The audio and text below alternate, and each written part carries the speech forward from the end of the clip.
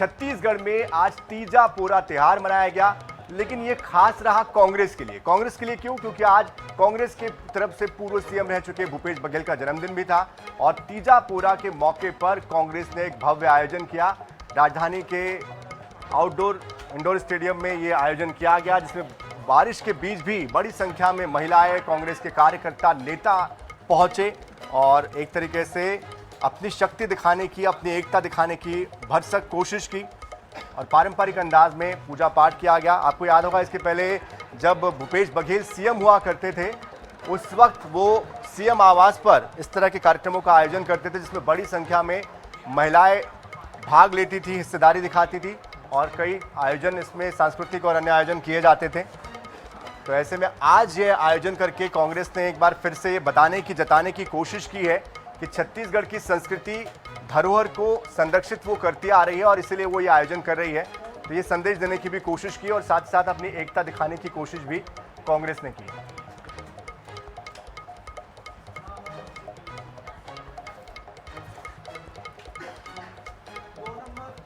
तो पारंपरिक अंदाज में ये आयोजन, हालांकि आज प्रदेश के कृषि मंत्री रामविचार नेताम के यहाँ पर भी, उनके आवास पर भी तीजा पूरा कार्यक्रम का आयोजन किया गया। इसमें बड़ी संख्या में तमाम दिग्गज पहुंचे और साथ ही उप मुख्यमंत्री अरुण साव भी पहुंचे। लेकिन ये आयोजन चूंकि विपक्ष की तरफ से था, इसलिए ये सुर्खियों में खास तौर पर बना हुआ है। इसके पहले जब कांग्रेस की सरकार थी तो कांग्रेस लगातार ये कोशिश करती रही कि छत्तीसगढ़ की संस्कृति के वाहक वो हैं और छत्तीसगढ़ की संस्कृति परंपराओं को वो आगे बढ़ा रही है। तो यहाँ पर भी यही झलक दिखाने की एक कोशिश की गई है। तो तीजा पूरा के मौके पर खासतौर पर जो पूरा मनाया जाता है तो उसमें बैलों की पूजा की जाती है। किसान एक तरीके से आभार व्यक्त करते हैं और इस बीच हमारे साथ कांग्रेस के प्रवक्ता अजय गंगवानी जी भी जुड़ चुके हैं। अजय जी, कांग्रेस की एकता दिखाने का एक और ये मौका मिल गया। आज का ये जो कार्यक्रम था, इसको कैसे देखा जाए? बहुत लंबे समय के बाद एक साथ सभी एकत्रित नजर आए हैं। देखिए सनी जी, बात एकता की नहीं है, बात है ये छत्तीसगढ़ स्वाभिमान की, छत्तीसगढ़ संस्कृति को महत्व देने की। छत्तीसगढ़िया जो बोली है, जो त्योहार हैं, जो परंपराएं हैं, जो संस्कृति है, कहीं ना कहीं छत्तीसगढ़ युवा उसको नजदीक से महसूस करे। देखिए, मैं ये बात क्रेडिट लेने की राजनीति की नहीं है। हमारी 5 साल की भूपेश सरकार ने, चाहे तीजा पूजा हो, हरेली हो, गोवर्धन पूजा हो या विश्व आदिवासी नृत्य समारोह, लगातार हमने ये प्रयास किया कि छत्तीसगढ़ जो मूल निवासी है वो छत्तीसगढ़ संस्कृति को अपनाने में, छत्तीसगढ़ भाषा और बोली को बोलने में गर्व और सम्मान महसूस करें। ये 15 साल तक रमन सरकार रही, उन्होंने कभी ये प्रयास नहीं किया और लगातार जो सरकारी आयोजन होते रहे, ये 2 करोड़ रुपए लेके करीना कपूर को बुलाते थे, 5 करोड़ रुपए लेके सलमान खान को बुलाते थे, उनके साथ सेल्फी लेते थे। जबकि हमने विश्व आदिवासी नृत्य समारोह के माध्यम से 11 देशों, 13 राज्यों और 4 केंद्र शासित प्रदेशों के 1500 कलाकारों को बुलाया, जिन्होंने शानदार कार्यक्रम दिया। ये मूलभूत अंतर है। और लगातार देखिए, इनके प्रभारी नितिन नवीन जी जो विभिन्न जिला मुख्यालयों में छत्तीसगढ़ महतारी की मूर्ति की स्थापना करने का प्रयास करते हैं, तो इनके प्रभारी विरोध करते हैं। हमारे साथ इस वक्त देवलाल ठाकुर जी भी जुड़ चुके हैं। अजय जी, उनसे भी जान लेते हैं। देवलाल ठाकुर जी, आज कांग्रेस ने एकता दिखाते हुए तीजा पूरा का त्योहार मनाया और अभी हमारे साथ अजय गंगवानी जी जुड़े हुए, वो कह रहे हैं कि हमने प्रदेश की संस्कृति को बढ़ावा दिया और लगातार हम बढ़ावा देते आए हैं। इसके पहले भी बीजेपी की सरकार थी, लेकिन बीजेपी की सरकार ने कभी इस तरफ ध्यान नहीं दिया। देखिए, भारतीय जनता पार्टी की जो सरकार है, संस्कृति को बढ़ावा देती है, संस्कृति के साथ साथ संस्कारों को भी बढ़ावा देती है। और संस्कृति संस्कार का हनन अगर किसी सरकार ने किया है तो ये कांग्रेस की सरकार ने किया है। कांग्रेस की सरकार में आप देखेंगे उस समय किस प्रकार से छत्तीसगढ़ के लोगों को गुमराह किया जा रहा था। आज छत्तीसगढ़ संस्कृति संस्कार के साथ शिक्षा के क्षेत्र में भी आगे बढ़ रही है, रोजगार के क्षेत्र में भी आगे बढ़ रही है और डेवलपमेंट के क्षेत्र में भी आगे बढ़ रही है।